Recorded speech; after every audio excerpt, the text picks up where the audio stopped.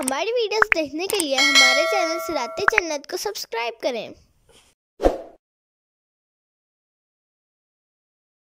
بل كذبوا بالحق لما جاءهم فهم في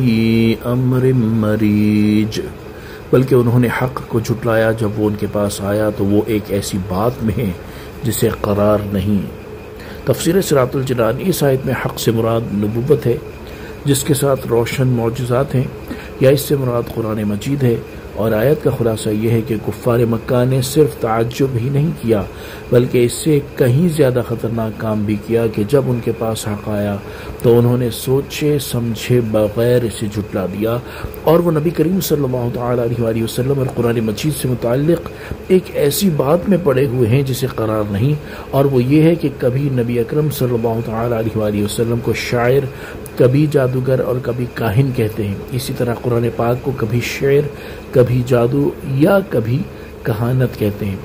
کسی ایک بات پر قائم نہیں رہتے۔ أَفَلَمْ يَنظُرُوا إِلَى السَّمَاءِ فَوْقَهُمْ كَيْفَ بَنَيْنَاهَا وَزَيَّنَّاهَا وَمَا لَهَا مِنْ فُرُوجٍ،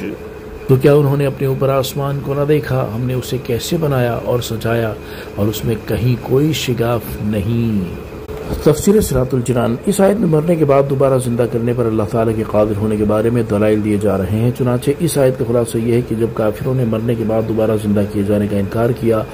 اس وقت کیا انہوں نے اپنے اوپر آسمان کو نہ دیکھا جس کی تخلیق میں ہماری قدرت کے آثار نمایاں ہیں، تاکہ وہ اس بات میں غور کرتے کہ ہم نے کیسے اسے اونچا اور بڑا بنایا اور ستونوں کے بغیر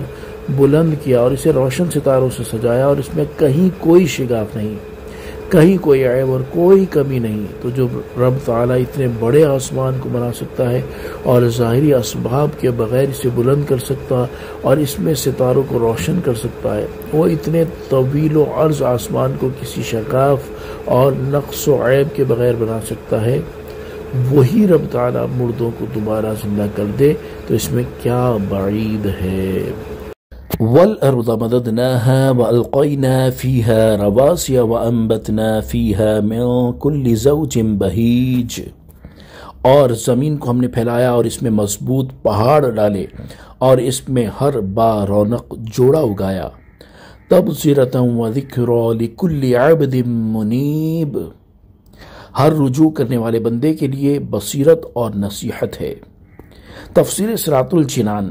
اس آیت میں اللہ تعالیٰ کے قادر ہونے کی دوسری دلیل بیان کی جا رہی ہے۔ چنانچہ آیت کا خلاصہ یہ ہے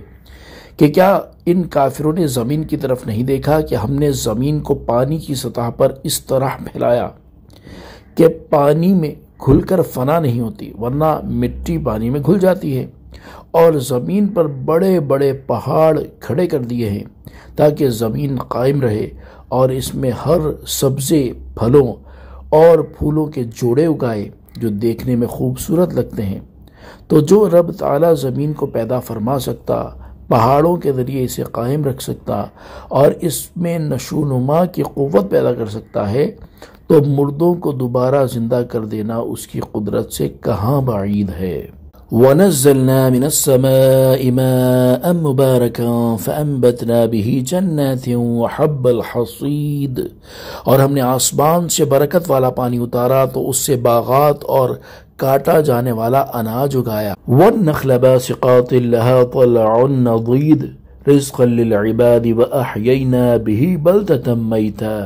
كَذَلِكَ الْخُرُوجُ، اور کھجور کے لمبے درخت اگائے جن کے گچھے اوپر نیچے تہ لگے ہوئے ہیں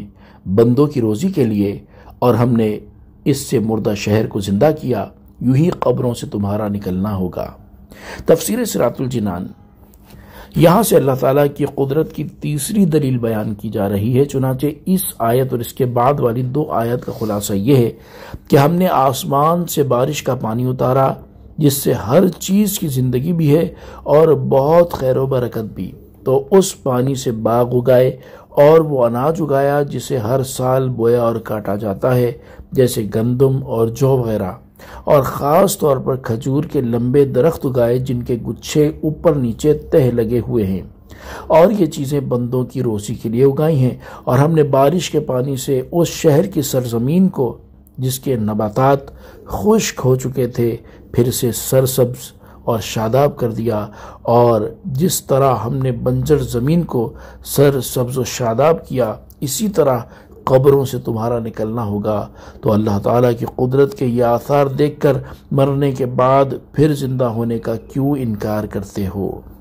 صلو علی الحبیب صلی اللہ تعالی علی محمد صلی اللہ تعالی علیہ وآلہ وسلم۔